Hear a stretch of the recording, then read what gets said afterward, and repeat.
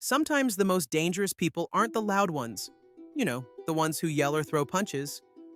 It's the quiet ones, the charming ones, the ones who seem nice at first, but slowly drain your energy, twist your thoughts, and leave you questioning yourself. Carl Jung, one of the most important thinkers in psychology, warned us about certain personality types like this and how they can quietly ruin your life without you even noticing.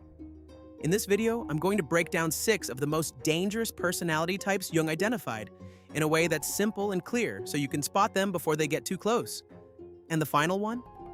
It's the type Jung feared the most, one that doesn't just harm people, it can destroy entire communities if left unchecked.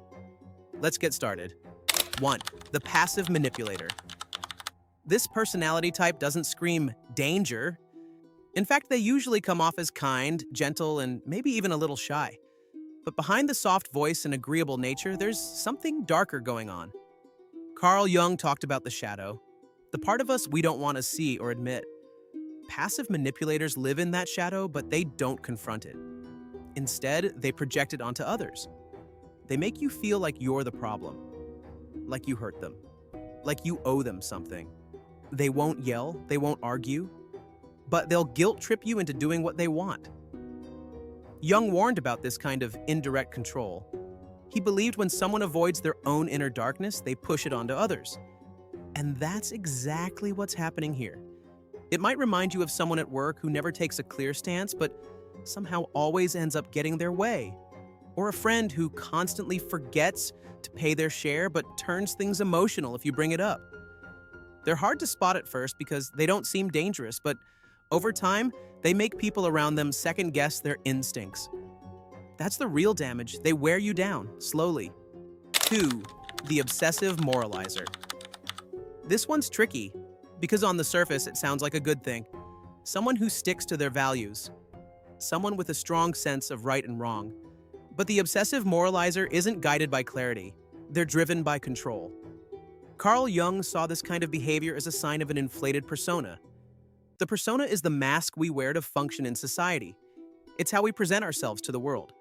But if we identify too much with that mask, we start believing that we are that ideal image. And we forget what's underneath.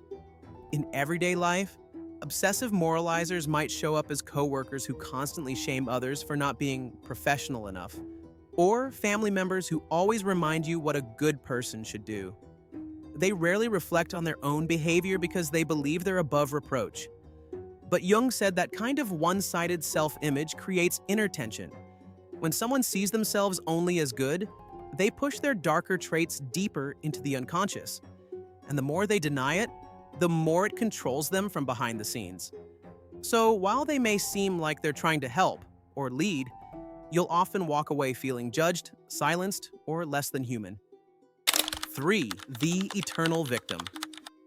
This personality type isn't just about someone having a rough time. We all struggle, and there's nothing wrong with feeling hurt.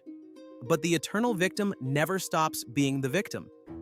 They need to be seen as the one who's always wronged. Carl Jung linked this behavior to what he called the wounded child archetype. It's a deep emotional wound that was never healed, often rooted in early life. Instead of growing from pain, the eternal victim builds their identity around it. They tell the same stories over and over about betrayals, unfair treatment, and people who never cared. They surround themselves with people who feel sorry for them. Of course, most people with this personality type aren't that extreme, but the pattern is the same. They use their suffering as a shield and a weapon. Jung believed that refusing to confront our wounds leads to emotional paralysis.